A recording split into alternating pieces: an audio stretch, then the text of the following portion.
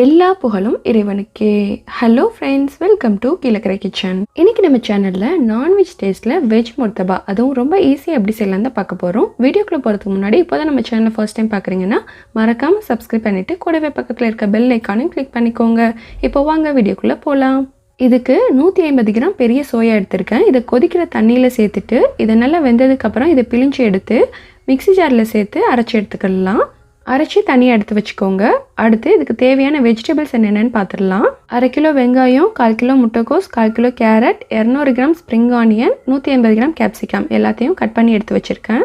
இப்போ நம்ம செய்ய ஆரம்பிக்கலாம். இதுக்கு ஒரு கடாயில் 3 டேபிள் ஸ்பூன் ஆயில் சேர்த்துக்கிறேன். ஆயில் சூடானதுக்கப்புறம் இதில் 2 டீஸ்பூன் ஜீரகம் சேர்த்துக்கிறேன்.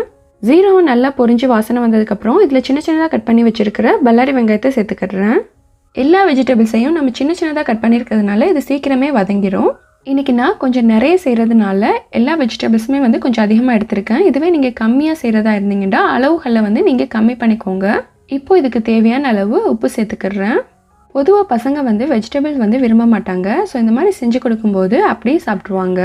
இப்போது நம்ம சேர்த்த வெங்காயம் லைட்டாக கண்ணாடி பதம் வந்ததுக்கப்புறம் இதில் இஞ்சி பூண்டு பேஸ்ட் சேர்த்துக்கலாம். 2 டீஸ்பூன் இஞ்சி பூண்டு பேஸ்ட் சேர்த்துட்டு இதோட பச்சை வாசனை போகிற வரைக்கும் இதை நல்லா வதக்கி விட்டுக்கிறேன். இதில் நம்ம சோயா சேர்க்குறதுனால இது சிக்கன் மாதிரி தான் இருக்கும். ஸோ பசங்களுக்கு டிஃப்ரென்ஸ் தெரியாது. நெக்ஸ்ட்டு இதில் கட் பண்ண தக்காளி 1/4 கிலோ சேர்த்துக்கிறேன். இப்போ தக்காளி சேர்த்துட்டு இதை நல்லா மிக்ஸ் பண்ணி விட்டுக்கோங்க. தக்காளி ரொம்ப மேஷ் ஆகணும்லாம் தேவையில்லை. இது லைட்டாக வதங்கினதுக்கப்புறம் இதில் நம்ம வெஜிடபிள்ஸை ஒன் பை ஒன்னாக ஆட் பண்ணிக்கிடலாம். எல்லாத்தையுமே நான் பொடிசாக கட் பண்ணியிருக்கேன். ஸோ பசங்களுக்கு நம்ம வெஜ் சாப்பிட்றோம் அப்படிங்கிற ஒரு ஃபீல் வராது. அப்புறம் கேப்சிகம் அண்ட் ஸ்ப்ரிங் ஆனியன் சேர்த்துக்கிறேன். ஸ்ப்ரிங் ஆனியன் இருந்தால் சேர்த்துக்கோங்க, இல்லைன்னா அதுக்கு பதிலாக பீன்ஸ் கூட சேர்க்கலாம். நான் இதில் பச்சை மிளகாய் சேர்க்கலை, நீங்கள் விருப்பப்பட்டால் சேர்த்துக்கோங்க. இப்போது எல்லாத்தையும் நல்லா கலந்து விட்டுக்கிறேன். இந்த முர்த்தபாவை நம்ம மார்னிங் பிரேக்ஃபாஸ்ட்டாவோ, நைட்டு டின்னராகவோ, இல்லைனா ஈவினிங் ஸ்நாக்ஸாவோ கூட செஞ்சு சாப்பிடலாம். இந்த மாதிரி ஸ்டஃபிங் ரெடி பண்ணி வச்சுட்டா நம்ம சமோசா அண்ட் ரோலு கூட யூஸ் பண்ணிக்கிடலாம். அடுத்து இதுக்கு தேவையான மசாலாக்களை சேர்த்துக்கிறேன். 1/2 டீஸ்பூன் மஞ்சள் தூள், 1/2 டீஸ்பூன் கரம் மசாலா, 1 டீஸ்பூன் மிளகாய்த்தூள், 1 டீஸ்பூன் மல்லித்தூள், 2 டீஸ்பூன் ஜீராத்தூள் சேர்த்துக்கிறேன். இப்போது மசாலாவோட ராஸ்மெல் போகிற வரைக்கும் இதை குக் பண்ணிக்கிடலாம். இதில் தண்ணி எதுவும் சேர்க்க வேணாம். வெஜிடபிள் ரொம்ப குக் ஆகணும்னு தேவையில்லை. இது ஒரு 80% குக் ஆனால் போதும். நெக்ஸ்ட் இதில் சாப் பண்ணி வச்சுருக்கிற கேபேஜை சேர்த்துக்கிறேன். ஸோ கேபேஜை இந்த மாதிரி சாப் பண்ணதுனால நான் லாஸ்ட்டாக சேர்த்துருக்கேன். நீங்கள் இதுவே கொஞ்சம் பெருசாக கட் பண்ணிங்கன்னா நீங்கள் வெஜிடபிள்ஸ் சேர்க்கும் போதே சேர்த்துக்கோங்க. பிள்ளைங்க வெஜிடபிள்ஸை நம்ம சைடிஷாக ரெடி பண்ணி கொடுக்கும்போது விரும்பி சாப்பிட மாட்டாங்க. இந்த மாதிரி ரோல், முர்த்தபா, சமோசாவிலலாம் வச்சு கொடுக்கும்போது கண்டிப்பாக வேணான்னு சொல்லாமல் சாப்பிட்ருவாங்க. இப்போது எல்லா வெஜிடபிள்ஸும் சேர்த்தியாச்சு. இதில் நீங்கள் பீஸ் சேர்க்குறதா இருந்தால் கூட சேர்த்துக்கலாம். நான் இன்றைக்கி சேர்க்கலை. வெஜிடபிள்ஸ் எல்லாமே வதங்கினதுக்கப்புறம் லாஸ்ட்டாக இதில் நம்ம அரைச்சி வச்சுருக்கிற சோயாவை சேர்த்துக்கலாம். சோயாவில் ப்ரோட்டீன் கண்டென்ட் அதிகமாக இருக்கிறதுனால வளர்கிற குழந்தைங்களுக்கு இது ரொம்பவே நல்லது. இது சிக்கன் மாதிரி தான் இருக்கும் சாப்பிட்றதுக்கு. ஸோ நான்வெஜ் சாப்பிடாதவங்க கண்டிப்பாக இந்த மாதிரி செஞ்சு சாப்பிடலாம். இப்போது எல்லாத்தையும் நல்லா கலந்து விட்டுட்டு ஃபைனலாக இதில் மல்லி இலைகளை சேர்த்துக்கலாம். நான் ஏற்கனவே சொன்ன மாதிரி நான் நிறைய செய்கிறதுனால இந்த அளவுகளில் எடுத்திருக்கேன்.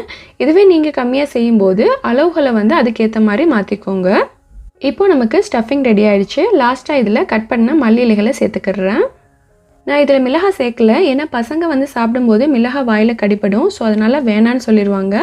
அதனால் நான் மிளகாய் சேர்க்கலை. ஸோ காரம் கொஞ்சம் கம்மியாக தான் இருக்கும். நீங்கள் தேவைப்பட்டால் மிளகாய் சேர்த்துக்கோங்க. இது நல்ல மணமாக இருக்குது. இதை ஒரு முறை நல்லா கலந்து விட்டுட்டு ஸ்டவ் ஆஃப் பண்ணிடுங்க. உப்பு கரெக்டாக இருக்கான்னு செக் பண்ணிக்கோங்க. கம்மியாக இருந்துச்சுன்னா எக்ஸ்ட்ரா கொஞ்சம் சேர்த்துக்கோங்க. இப்போது இதை நம்ம இறக்கி ஆற வச்சுட்டு இதுக்கு தேவையான மாவு ரெடி பண்ணிக்கிடலாம். இந்த முர்த்தபாக்கு மாவு பொதுவாக நம்ம சப்பாத்தி, பரோட்டாக்கெலாம் பிசைவோம்ல, அந்த மாதிரி தான் பிசைஞ்சு செய்வாங்க. பட் இன்றைக்கி நம்ம கொஞ்சம் டிஃப்ரெண்ட்டாக மாவு கரைச்சி தோசை மாதிரி பண்ண போகிறோம். இதுக்கு ஒரு பாத்திரத்தில் 1/2 கிலோ மைதா சேர்த்துட்டு அது கூட 1/2 டீஸ்பூன் சுகர், தேவையான அளவு சால்ட் சேர்த்து 1 மூடி தேங்காயை அரைச்சி பால் எடுத்து வச்சுருக்கேன். அதை சேர்த்து அது கூட தேவையான அளவு தண்ணியும் சேர்த்து இதை தோசை மாவு பதத்துக்கு கரைச்சி எடுத்துக்கிறேன். சின்ன சைஸ் தேங்காயில் தான் 1 மூடி எடுத்திருக்கேன். இந்த மாதிரி தேங்காய் பால் சேர்க்கும்போது டேஸ்ட் ரொம்ப நல்லாயிருக்கும். இந்த முர்த்தபாவை நம்ம பரோட்டாக்கு மாதிரி மாவு பிசைஞ்சு செய்யும்போது அதுக்கு வேலை ஜாஸ்தி, டைமும் ரொம்ப எடுக்கும். அந்த மாதிரி இவ்வளோ ப்ராசஸ் இருக்குதே அப்படின்னு யோசிச்சே நிறைய பேர் முர்த்தபா செய்ய மாட்டாங்க. பட் இது ரொம்ப சிம்பிளான மெத்தட். இப்போ கரைச்சி எடுத்த மாவை இந்த மாதிரி ஒரு பேனில் ஊற்றி நல்லா ஃப்ளாட்டன் பண்ணிக்கோங்க. தோசை மாதிரி திக்காக இருக்கக்கூடாது, கொஞ்சம் தின்னாக இருக்கிற மாதிரி பார்த்துக்கோங்க. நம்ம தின்ன ஊற்றுறதுனால சம்டைம்ஸ் தோசை பிஞ்சிரும். ஸோ ரொம்ப கேர்ஃபுல்லாக திருப்பி போட்டுக்கோங்க. இதில் லைட்டாக ஆயில் தடவிட்டிங்கன்னா எடுக்கிறதுக்கு ஈஸியாக இருக்கும். இது ரொம்ப கிறிஸ்பி ஆகிடக்கூடாது, கலர் சேஞ்ச் ஆகக்கூடாது. ஸோ இந்த மாதிரி தான் இருக்கணும். அப்போ தான் வந்து உங்களுக்கு ஃபோல்ட் பண்ணுறதுக்கு ஈஸியாக இருக்கும். இப்போ இந்த மாதிரி 2 சைடும் வெந்ததுக்கப்புறம் இதை நம்ம எடுத்துடலாம். இதே மாதிரி இருக்கிற மாவில் எல்லாத்துலேயும் செஞ்சு எடுத்து வச்சுக்கோங்க. நான் இன்றைக்கி ஒரு தோசையெல்லாம் செஞ்சு காமிக்க போகிறேன். இப்போது தோசையோட சென்டரில் நான் ரெடி பண்ணி வச்சுருக்கிற ஸ்டஃபிங்கை வச்சுக்கிறேன். இந்த மாதிரி கரெக்டாக வச்சுட்டு கொஞ்சம் ஃப்ளாட் பண்ணிக்கோங்க. நிறைய வச்சிட்டிங்கன்னா அது க்ளோஸ் பண்ண வராது. இப்போ இதை நம்ம 4 சைடும் மடித்து விட்டுக்கலாம்.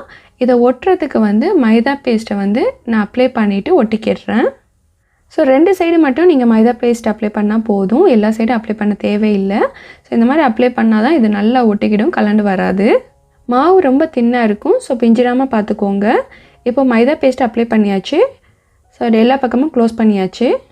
இது ஒரு பாக்ஸ் மாதிரி ரெடி ஆகிடுச்சு. இப்போ ஸ்கொயர் டைப்பில் இருக்கிற இந்த முர்த்தபாவை வந்து நம்ம ஷாலோ ஃப்ரை பண்ண போகிறோம். இதுக்கு ஒரு பேனில் லைட்டாக ஆயில் விட்டுட்டு அதில் நம்ம ரெடி பண்ணி வச்சுருக்கிற முர்த்தபாவை சேர்த்துக்கலாம். நான் இன்றைக்கி சின்ன சின்னதாக செஞ்சுருக்கேன், ஆளுக்கு ஒன்று சாப்பிட்ற மாதிரி. இதுவே நீங்கள் பெருசாக செஞ்சு கூட கட் பண்ணி எடுத்துக்கலாம். தீயை மீடியம் ஃப்ளேமில் வச்சுட்டு 2 சைடும் திருப்பி போட்டு கலர் சேஞ்ச் ஆனதுக்கப்புறம் எடுத்துடலாம். இது ரொம்ப ரொம்ப ஈஸியான மெத்தட், நமக்கு செய்கிறதுக்கு கஷ்டமே தெரியாது. ஸோ கண்டிப்பாக வந்து முர்த்தபா சாப்பிடணும்னு தோணுச்சுன்னா இந்த மாதிரி ட்ரை பண்ணி பாருங்கள். இப்போ நான் 2 போட்டு எடுக்கிறேன். இதுவே நீங்கள் பெரிய பேன் வச்சுருந்தீங்கன்னா 4 போட்டு ஈஸியாக எடுத்துடலாம். இப்போது ஹெல்த்தியான டேஸ்டியான முர்த்தபா ரெடி. பசங்களுக்கு இந்த மாதிரி செஞ்சு கொடுங்க, கண்டிப்பாக சாப்பிடுவாங்க. ஓகே ஃப்ரெண்ட்ஸ், கண்டிப்பாக இந்த ரெசிபியை நீங்களும் வீட்டில் ட்ரை பண்ணி பாருங்கள். அண்ட் இந்த வீடியோ பிடிச்சிருந்தா please like, comment, share and subscribe my channel. Thank you.